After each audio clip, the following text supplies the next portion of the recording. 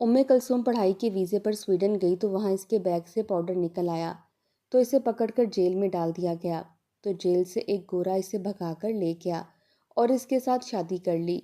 وہ کلثوم سے غلط کام کرواتا اور اسے غلام بنا کر رکھ لیا۔ کلثوم رات دیر تک عبادت کرتی اور رو رو کر دعا کرتی کہ وہ کسی طرح گھر پہنچ جائے۔ ایک رات گورا نشہ کر کے آیا تو اس نے نماز کی حالت میں اسے گھسیٹ کر بہت مارا۔ تو اگلی صبح کلثوم نے خود کو پولیس کے حوالے کروا دیا اور عدالت میں بولی مجھے پھانسی دے دی جائے۔ تو جب عدالت اسے پھانسی دینے لگی تو وہاں موجود لوگوں کی آنکھیں پھٹی کی پھٹی رہ گئیں جب آسمان سے۔ یہ کلثوم کی زندگی کا پہلا سفر تھا۔ گاؤں میں رہنے والی معصوم اور اونچے اونچے خواب دیکھنے والی کلثوم، جس نے کبھی خواب میں بھی نہیں سوچا تھا کہ وہ ہوائی جہاز میں سفر کرے گی۔ آج جب اس نے پہلی مرتبہ ہوائی جہاز میں قدم رکھا تھا تو بس اس کی آنکھوں میں آنسو آ گئے تھے۔ اس کے کتنے خواب تھے جو اب سویڈن جا کر ہی پورے ہونے والے تھے۔ اس کی خوشی کی کوئی انتہا نہیں تھی۔ وہ اپنی سیٹ پر جا کر بیٹھ چکی تھی۔ آس پاس کے لوگوں کو دیکھنے لگی۔ وہاں پر اسے کوئی بھی پاکستانی نہیں لگ رہا تھا۔ سبھی مسافر اسے دوسرے ممالک کے ہی لگ رہے تھے۔ چہرے پر مسکراہٹ تھی، ہر ایک کو وہ مسکرا کر دیکھ رہی تھی، چونکہ زندگی کے 3 سال اب اس نے سویڈن میں ہی گزارنے تھے۔ کہیں نہ کہیں اپنے ماں باپ کو چھوڑ کر جانے کا دکھ بھی اس کے دل میں موجود تھا، مگر خوشی بھی تھی کہ جب وہ لوٹ کر آئے گی تو کچھ بن کر آئے گی۔ اگر وہیں پر اس کی اچھی جاب بھی لگ گئی تو پڑھائی کے ساتھ ساتھ وہ اچھا کما بھی سکے گی۔ کئی طرح کے خواب تھے جو اس کی آنکھوں میں تھے، مگر اس بات سے انجان تھی کہ وہاں پر جانے کے بعد اس کے ساتھ ہونے کیا والا ہے۔ اس کی عمر 19 سال تھی، ماں باپ کی سب سے بڑی اولاد تھی، بڑی نازوں سے اسے پالا گیا تھا۔ پڑھنے کا اسے بچپن سے شوق تھا۔ وہ اپنے خاندان کی پہلی لڑکی تھی جو اتنا زیادہ پڑھ رہی تھی، ورنہ اس سے پہلے کوئی بھی اس کے خاندان کی لڑکی کیا لڑکا بھی اس قدر زیادہ نہیں پڑھا تھا۔ اس معاملے پر بھی خاندان والوں نے 100 طرح کی باتیں کی تھیں کہ بچی کو اتنا پڑھانے کی ضرورت ہی کیا ہے، آخر میں بچی نے سنبھالنا تو چولہا چوکی ہی ہے۔ مگر کلثوم نے سب کی باتوں کا منہ توڑ جواب دیا تھا کہ اپنی پست سوچ میرے ابا پر مسلط نہ رکھیں۔ میرے ابا آج کے دور کے مرد ہیں، پڑھائی کی اہمیت جانتے ہیں۔ وہ اپنی بیٹیوں کو اپنے قدموں پر کھڑا کریں گے تاکہ کل کو وہ کسی کی محتاج نہ رہیں۔ شیر محمد کو بھی اپنی بیٹیوں پر بڑا ہی ناز تھا۔ کلثوم تو ان کو جان سے پیاری تھی۔ گھریلو حالات کچھ خاص نہ تھے، مگر اس کے باوجود اس نے اپنی بچیوں کو اچھی تعلیم دلوائی تھی۔ کلثوم تو شروع سے ہی تعلیم میں بڑی اچھی تھی، ہمیشہ ٹاپ آتی تھی۔ 12ویں میں اس نے اچھے نمبر سے پوزیشن حاصل کی تو تبھی اس کی ایک ٹیچر نے اسے سویڈن سے آنے والی اسکالرشپ کے بارے میں بتایا تھا۔ گھر والوں کو بتائے بغیر وہاں پر اپلائی کر دیا۔ چند روز بعد ہی رزلٹ بھی آ گیا، جس کے مطابق کلثوم کو اسکالرشپ مل چکی تھی۔ اس کی 3 سال کی پڑھائی مفت ہو چکی تھی، تمام تر خرچہ بھی یونیورسٹی والے اٹھا رہے تھے۔ اس کی خوشی کی تو انتہا نہیں تھی۔ اس نے ڈرتے ڈرتے اس بارے میں جب اپنے والدین کو بتایا کہ اس کے والدین پہلے تو حیران ہوئے کہ اگلے ہی پل اسے منع کر دیا کہ وہ ہرگز سویڈن نہیں جائے گی۔ میں تو اپنی بچی کو ایک رات کے لیے ہاسٹل میں رکھنے پر راضی نہیں ہوں، بھلا تمہیں دوسرے ملک میں کیسے بھیج سکتا ہوں۔ مگر یہاں بھی کلثوم نے ضد سے ہی کام لیا تھا۔ اپنے ابا کے آگے ہاتھ جوڑ کر کھڑی ہو گئی، رونے لگی، کھانا پینا چھوڑ دیا کہ بس میں پڑھ کر کچھ بننا چاہتی ہوں، آپ سب کے حالات بدلنا چاہتی ہوں، یوں مجھے دوسرے ملک جانے کی اجازت دے دی جائے۔ اپنی بیٹی کے خوابوں کو دیکھا تو اس کے ابا مان بھی جاتے، لیکن جب ماں کو لگا کہ ابا نرم پڑتے جا رہے ہیں تو وہ فوراً بیچ میں آ چکی تھی۔ کہنے لگی کہ بالکل نہیں، جوان جہان بیٹی ہے، اسے تو اب بس گھر کی چولہا چوکی سنبھال کر اپنے گھر کا ہونا چاہیے۔ جتنی پڑھائی کرنی تھی بس وہی بہت ہے، مزید پڑھنے کی کوئی ضرورت نہیں ہے۔ مگر کلثوم کسی طور نہ مانی تھی۔ آخر کار اس نے اپنے ماں باپ کو منا ہی لیا تھا۔ ایئرپورٹ پر اس کے ماں باپ اور چھوٹے بہن بھائی کھڑے تھے۔ خاندان والوں کو جب پتہ چلا کہ تنہا جوان جہاں لڑکی سویڈن جا رہی ہے تو خاندان والوں نے تو ان سے لا تعلقی کا بھی اظہار کر دیا، مگر کلثوم کی ہمت اور حوصلہ ہی تھا کہ اس نے ہار نہیں مانی تھی۔ ابھی وہ آنکھیں موندے اس بارے میں سوچ ہی رہی تھی کہ تبھی اس کے ساتھ موجود سیٹ پر ایک لڑکی آ کر بیٹھی جو اس کی ہی ہم عمر تھی، چوئنگم چباتے ہوئے مسکرا رہی تھی۔ پھر اس نے کلثوم کے ساتھ باتیں کرنا شروع کر دیں۔ کلثوم بھی اس سے اپنے مراسم بڑھانے لگی۔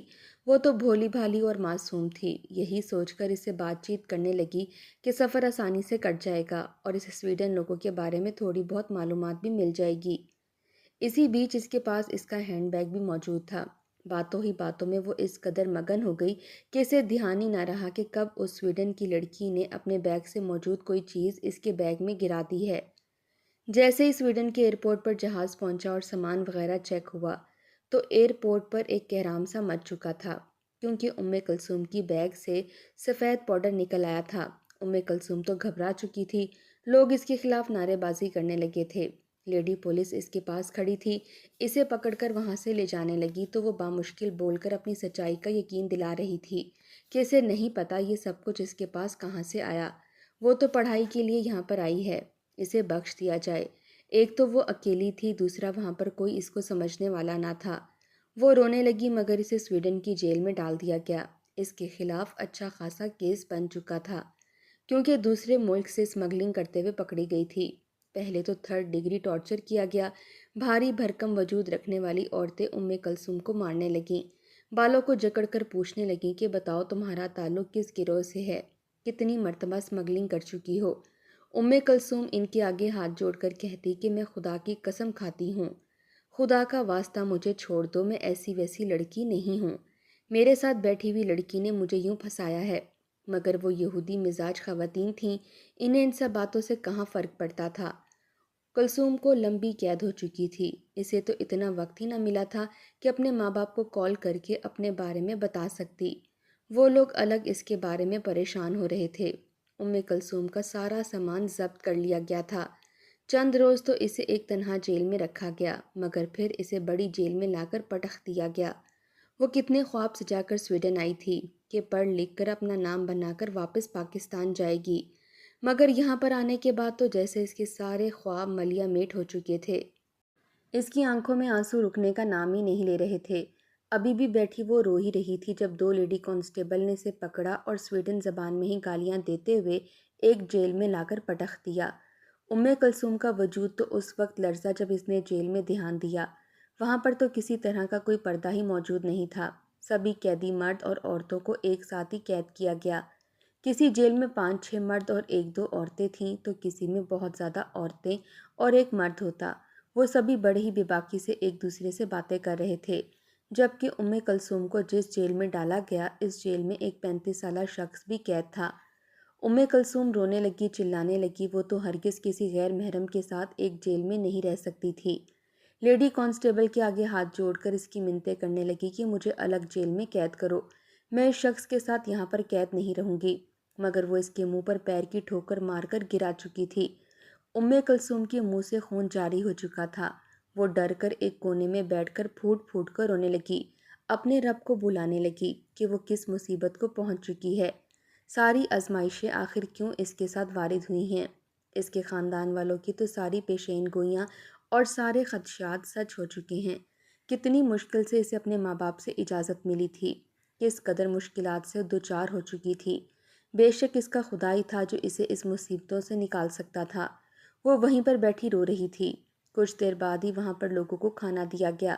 کھانے میں جو چیز تھی دیکھ کر تو کلثوم ابکائیاں لینے لگی تھی، کیونکہ وہ ابلا ہوا گوشت اور سوپ تھا۔ گوشت بھی کسی مرغی یا گائے کا نہیں بلکہ سور کا تھا۔ وہاں پر موجود سبھی غیر مسلم قیدی تو مزے لے کر وہ گوشت کھا رہے تھے، مگر کلثوم نے وہ کھانا پیچھے دھکیل دیا۔ سامنے بیٹھا 35 سالہ شخص جس کا نام ہیری تھا، اس نے کلثوم کو کھانا نہ کھاتے دیکھا تو اس سے سوال کرنے لگا کہ دیکھو میں جانتا ہوں تمہیں بے قصور لایا گیا ہے، اگر تم سچ میں مجرم ہوتی تو اس قدر رو نہ رہی ہوتی، لیکن تمہیں زندہ رہنے کے لیے کھانا تو کھانا پڑے گا، بہتر ہے کہ تم یہ کھانا کھاؤ، اپنے جسم میں انرجی لاؤ۔ مگر کلثوم نفی میں سر ہلا کر کہنے لگی کہ نہیں، ہمارے مذہب میں یہ جانور حرام ہے، ہم تو اسے انتہائی غلیظ سمجھتے ہیں، بھلا میں تو اسے دیکھنا بھی گوارا نہیں کروں گی۔ اس شخص نے جب یہ سنا تو حیرت سے آگے بڑھ کر کلثوم کو دیکھنے لگا، پھر اگلے ہی پل اپنا پیالہ ختم کرنے کے بعد کلثوم سے بولا، کیا میں تمہارا پیالہ بھی کھا لوں؟ تو کلثوم نے وہ پیالہ اسے لینے کی اجازت دے دی۔ وہ شخص تو پیٹ بھر کر کھا چکا تھا مگر کلثوم بھوکی رو رہی تھی۔ جب اس سے مزید برداشت نہ ہوا تو روتے ہوئے اپنے ماں باپ کا نام لینے لگی۔ کتنی ہی دیر وہ شخص بیٹھا اسے دیکھتا رہا، پھر کلثوم سے پوچھنے لگا کہ تمہارے ساتھ یہ سب کچھ کیسے ہوا، مجھے مکمل تفصیل بتاؤ۔ کلثوم نے سب کچھ اس کے گوش گزار کیا تو وہ کچھ سوچ میں پڑ چکا تھا۔ کہنے لگا کیا تم اپنے ماں باپ سے بات کرنا چاہتی ہو؟ کلثوم کو سمجھ نہیں آ رہی تھی کہ آخر وہ شخص جس کا نام ہیری تھا وہ کلثوم پر اتنا مہربان کیوں ہو رہا ہے۔ کلثوم کہنے لگی کہ ہاں میں بات کرنا چاہتی ہوں، لیکن میری بات میرے ماں باپ سے کروائے گا کون؟ ہیری کہنے لگا کہ بس تم رات ہونے کا انتظار کرو۔ کلثوم حیرت سے اس شخص کو دیکھنے لگی تھی جو تھا تو انگریز، غیر مسلم، مگر نہ جانے کیوں کلثوم کو یقین ہو چکا تھا کہ وہ اپنے دل میں اس کے لیے ہمدردی رکھتا ہے، وہ اس کے ساتھ کچھ بھی غلط کرنے والا نہیں ہے۔ جیسے ہی رات ہوئی اور جیلر وہاں سے کھانا کھانے کے لیے گیا تو اسی پل اس 35 سالہ شخص نے جیل میں ہی ایک جانب کو فرش پر بچھے ہوئے کپڑے کو ہٹایا۔ کپڑے کو ہٹانے کے بعد زمین میں اس نے ایک چھوٹا سا گڑھا بنا رکھا تھا۔ اس نے وہاں سے مٹی ہٹائی اور ایک چھوٹا سا موبائل وہاں سے نکالا۔ کلثوم تو جتنی حیران ہوتی اتنا ہی کم تھا۔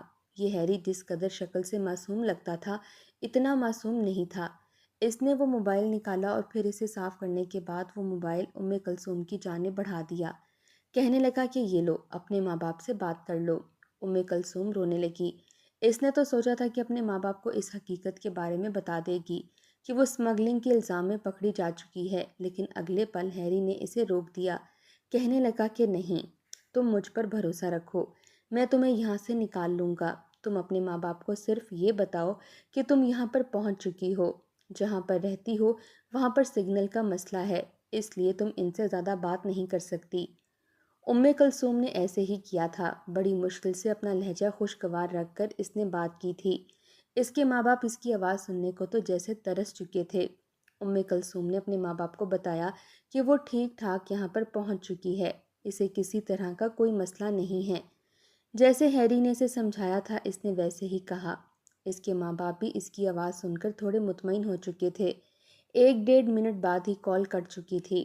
فون بند کرنے کے بعد کلثوم دھاڑے مار مار کر رونے لگی کہ اس کے ساتھ یہ سب کچھ کیا ہو گیا۔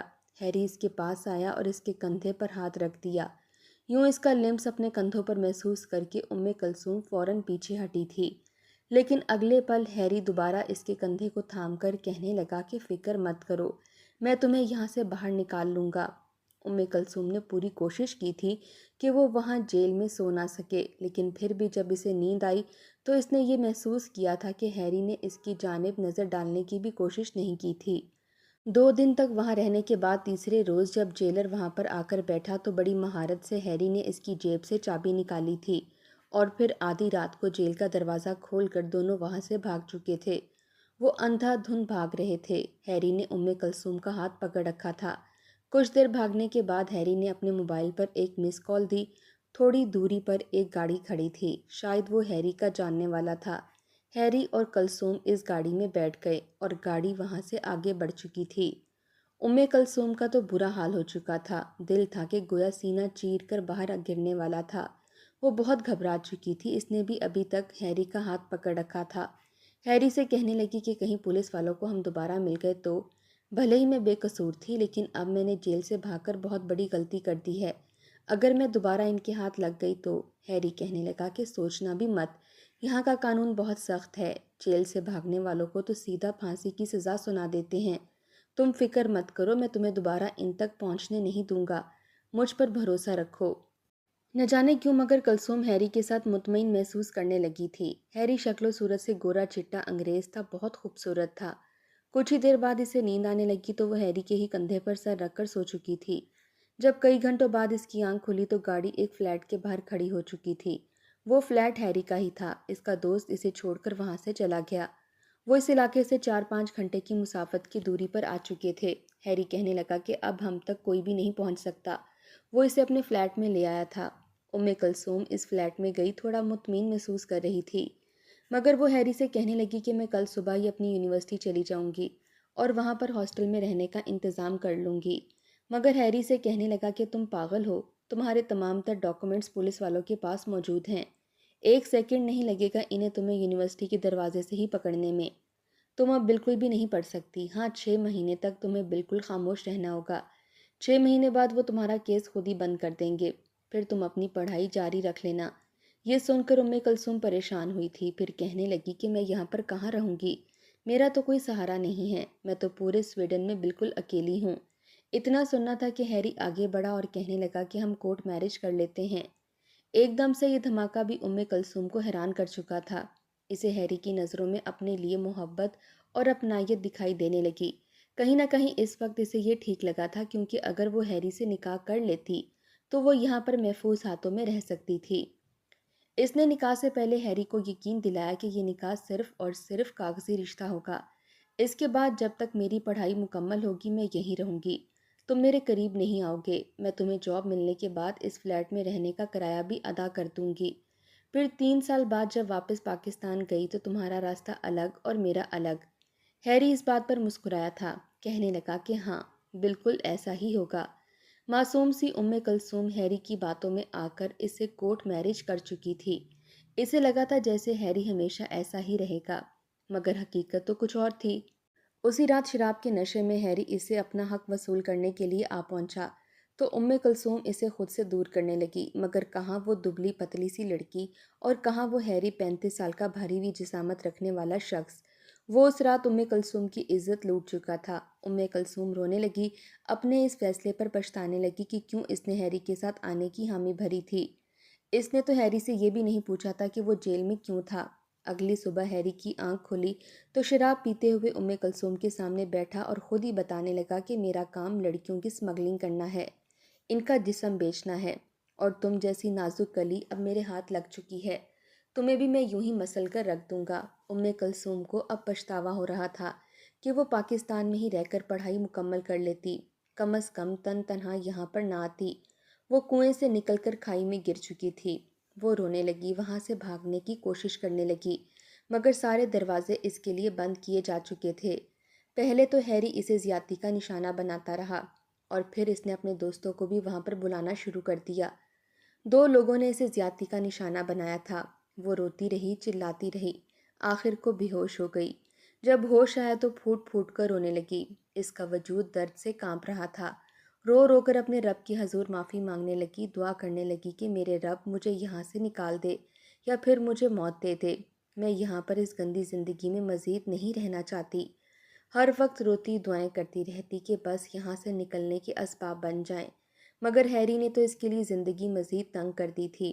وہ اس کا جسم بیچ کر غلط کام کروا کر لاکھوں روپے کمانے لگا تھا۔ کھانے کے نام پر کلثوم کو کھانا یوں پھینکتا جیسے وہ کوئی حیوان ہو۔ جب اس کا دل چاہتا شراب کے نشے میں زیادتی کے ساتھ ساتھ اسے تشدد کا بھی نشانہ بناتا۔ چند مہینوں میں کلثوم کا جسم نیلو نیل ہو چکا تھا۔ جسم پر سگریٹ کے جلنے کے نشان تھے، چہرہ بھی زخموں سے بھرا ہوا تھا۔ اب تو کلثوم کی کچھ زیادہ ڈیمانڈ بھی نہیں ہونے لگی تھی۔ تب جا کر ہیری نے اس کے لیے کھانے پینے کا انتظام کیا اور اس کے لیے دوائیاں لایا۔ کلثوم بالکل سکتے کی کیفیت میں آ چکی تھی۔ ساری ساری رات روتی دعا کرتی رہتی کہ بس کسی طرح میں یہاں سے نکل جاؤں۔ سارا دن وہ حیوانوں کی حیوانیت کا شکار بنی رہتی تھی۔ اس رات بھی وہ جائے نماز پر بیٹھی دعا کر رہی تھی کہ جب ہیری آ کر کہنے لگا کہ کسٹمر آیا ہے، اٹھو تیار ہو جاؤ، مگر دعا مانگتی ہوئی کلثوم جب نہ اٹھی تو اس نے اسے وہیں پر گھسیٹ کر مارنا شروع کر دیا اور لا کر لاؤنج میں پٹخ دیا۔ کہنے لگا کہ اپنا حلیہ درست کرو، میں تمہیں آج ہوٹل میں چھوڑ کر آؤں گا، وہیں پر تمہارا کسٹمر انتظار کر رہا ہے۔ مگر آج اس کے صبر کا پیمانہ لبریز ہو چکا تھا۔ اگلے ہی پل اس نے پاس پڑا گلدان اٹھایا اور نشے میں لڑکھڑاتے ہوئے ہیری کے سر پر دے مارا۔ گلدان کھا کر ہیری گرا تھا۔ اس کے بعد اس کے ہاتھ میں جو چیز آئی اس نے ہیری کو اٹھا کر مارنا شروع کر دی۔ ہیری کا چہرہ خون سے لت پت تھا، وہ بے ہوش ہو چکا تھا۔ یہ صحیح موقع تھا کلثوم وہاں سے بھاگ نکلی۔ پاکستان جانے کے تو سارے راستے اس کے لیے بند ہو چکے تھے۔ وہ کس منہ سے پاکستان جاتی؟ اس کے ماں باپ تو اس پر گزری ہوئی قیامت سن کر دم توڑ سکتے تھے۔ اس نے فیصلہ کر لیا تھا کہ وہ اب زندہ نہیں رہے گی۔ اس نے جا کر خود کو پولیس کے حوالے کروا دیا اور یہی مطالبہ کیا کہ میں بہت بڑی اسمگلر ہوں، میرے سینئر مجھ سے اب بچے اسمگل کروانا چاہتے ہیں، اس لیے بہتر ہے کہ آپ لوگ مجھے پھانسی دے دیں، ورنہ وہ لوگ بھی مجھے مار ہی دیں گے۔ اتنا سننے کے بعد تو کھلبلی سی مچ چکی تھی۔ کلثوم کو پکڑ لیا گیا تھا، عدالت میں پیش کیا گیا اور یہ فیصلہ سنایا گیا کہ کلثوم کو پھانسی دی جائے گی۔ یہ سن کر کلثوم کی آنکھوں میں آنسو بھر آئے تھے، لیکن اگلے ہی پل وہاں پر کچھ ڈاکٹر اور سائنسدان آ گئے۔ وہاں پر ایک ایسی لڑکی کا کیس چل رہا تھا جو کہ پیشے ور اور اسمگلر تھی۔ جب کلثوم اور اس لڑکی کے کیس کو آپس میں جوڑا گیا تو یہ بات سامنے آئی تھی کہ وہ لڑکی بھی اسی روز پاکستان سے سویڈن آ رہی تھی۔ دونوں بیٹھی بھی ایک ساتھ ہی تھیں۔ پھر جب تمام تر معلومات دیکھے گئے اور کلثوم کے بیگ سے نکلنے والے پاؤڈر پر انگلیوں کے نشان دیکھے گئے تو یہ دیکھ کر ڈاکٹر کو حیرت ہوئی تھی کہ ان پر تو کلثوم کی انگلیوں کے نشان تھے ہی نہیں، صرف اور صرف دوسری پیشہ ورانہ اسمگلر کی انگلیوں کے نشان تھے۔ یہیں سے کڑی ملائی گئی اور پھر کلثوم سے ایک مرتبہ پھر بیان لیا گیا۔ روتے ہوئے جب بتایا کہ میں تو یہاں پر اسکالرشپ پر پڑھنے کے لیے آئی تھی، تو اس مرتبہ ان کو یقین آ چکا تھا، کیونکہ ثبوت اس کے خلاف تھے، سبھی اس کے سامنے شرمندہ تھے۔ باقاعدہ اس کے لیے سویڈن کی سب سے بڑی یونیورسٹی میں پڑھائی مفت کر دی گئی۔ صرف اتنا ہی نہیں، سویڈن میں اسے رہائش کے لیے ایک گھر بھی گفٹ کر دیا گیا اور ماہانہ وظیفہ بھی مقرر کر دیا گیا۔ شاید وہ اس غلطی کا ازالہ کر سکیں، مگر اصل زندگی تو ہیری نے برباد کی تھی۔ اس نے سوچا کہ وہ پاکستان جائے، لیکن اس میں صرف اور صرف ضلالت تھی۔ اس نے یہاں پر ایک مرتبہ پھر غلط فیصلہ نہیں کیا تھا، بلکہ اپنے ماں باپ سے کچھ عرصے بعد رابطہ کر لیا تھا، پڑھائی بھی جاری رکھی تھی، اور یوں اس نے پڑھائی مکمل کرنے کے بعد ڈگری حاصل کر لی تھی۔ ان 3-4 سالوں میں اس کے زخم بھر چکے تھے۔ جب وہ واپس پاکستان آئی تو ہر کوئی خوش تھا، اس کے ماں باپ کو مبارکباد دے رہا تھا۔ بلا شبہ اس نے اپنا مقام پا لیا تھا، مگر اس کے لیے کیا کیا قربانیاں اسے دینا پڑی تھیں، یہ صرف وہی جانتی تھی۔